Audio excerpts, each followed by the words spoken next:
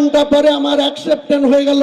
তারপরে ইংলিশ বাজারের কংগ্রেস বিধায়ক কৃষ্ণেন্দু নারায়ণ চৌধুরীকে মমতা ব্যানার্জি বলল, হুমায়ুন যদি 7 দিনের ডিসিশন নিয়ে বিধায়ক পদ ছেড়ে আসতে পারে, তুমি 6 মাস ধরে বলছো তৃণমূল করবো, আজকেই পদত্যাগ করো।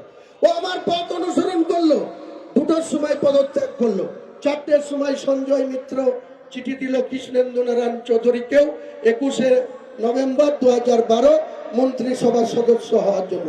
আমিও সেদিন কৃষকের ছেলে, এটা গ্রামের ছেলে, এই মুখ্যমন্ত্রী মমতা বন্দ্যোপাধ্যায় আমাকে এই সম্মানটা দিয়েছিল।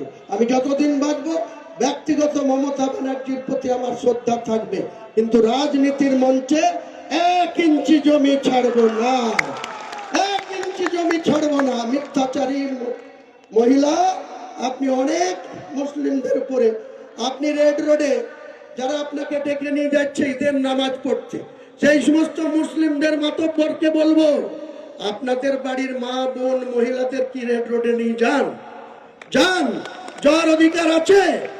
ঈদের ময়দানে মুসলিম সমাজের পবিত্র ঈদ উৎসব, সেটা 1 মাস ব্যাপী রমজান পালন করার পর আমরা খুশির ঈদ পালন করি, সেখানে মুসলিম সমাজের মহিলাদের যাওয়া নিষেধ আছে।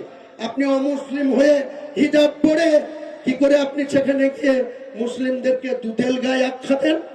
কি করেছেন মুসলিমদের জন্য? 10,000 খারিজি মাদ্রাসা স্যাংশন করবো বলে ক্ষমতায় এসছেন, কহাজার করেছেন? 338 আর 235, এই কটা মাদ্রাসা, তাও আবার আনএডেড লিখে রেখেছেন। আনএডেড লিখার মানে হচ্ছে চালাকি করা। এদের 50,000 ছাত্র ছাত্রীদের মিড ডে মিলটা শুধু পাই না, যদি আন কথাটা উল্টো করে দেয়। সেলিম সাহেব, পিবি সেলিম সাহেব কেরলের একজন আইএস অফিসার, নদিয়ার ডিএম ছিল, তিনি মাইনরিটি দপ্তরের প্রিন্সিপাল সেক্রেটারি, নবান্নে বসে তিনাকে ফাইল চাপা দিয়ে রাখতে বলা হয়েছে। মমতা বন্দ্যোপাধ্যায় যখন কেন্দ্র সরকার মেজরিটির বলে ওয়াকফ নিয়ে অ্যামেন্ডমেন্ট করলো, সেই অ্যামেন্ডমেন্টে কি আছে? অমুসলিমদের অফিসারদের এই মোতালি বোর্ডে ঢুকিয়ে দিল, পাওয়ার করে দিল। আজকে দেখুন গা, যখন তখন আপনার ঈদগাহ, আপনার কবরস্থান, আপনার মাজার, আপনাদের সম্পত্তি 1 নম্বর খতিয়ানে চলে যাচ্ছে। আমি মুসলমানদের বলবো, যত খুশি পারুক 1 নম্বর খতিয়ানে নিয়ে যা। একটা মুসলমানের ওয়াকফ বোর্ডের জায়গায় হাত দিলে আমরা কিন্তু সেই সমস্ত আধিকারিকদের আস্ত রাখবো না, আস্ত রাখবো না। কোন অফিসারের হিম্মত নাই কাগজে কলমে 1 নম্বর খতিয়ানে নিয়ে যান, জায়গায় গেলে আপনার পা কেটে নেওয়া হবে, আপনাদের পা কেটে নেওয়া হবে, মুসলিম সমাজ কেটে নেবে। তার জন্য মুসলিম সমাজ জুডিশিয়ালে গিয়ে আইনি লড়াই করবে, কিন্তু আপনাদের রিয়াত করবে না।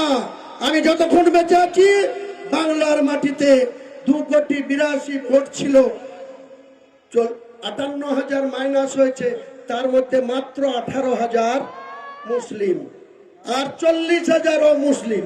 মমতা ব্যানার্জি যেখানে ভবানীপুরে এমএলএ দিয়ে মুখ্যমন্ত্রী, সেখানে 44,000 লোকের নাম বাদ গিয়েছে।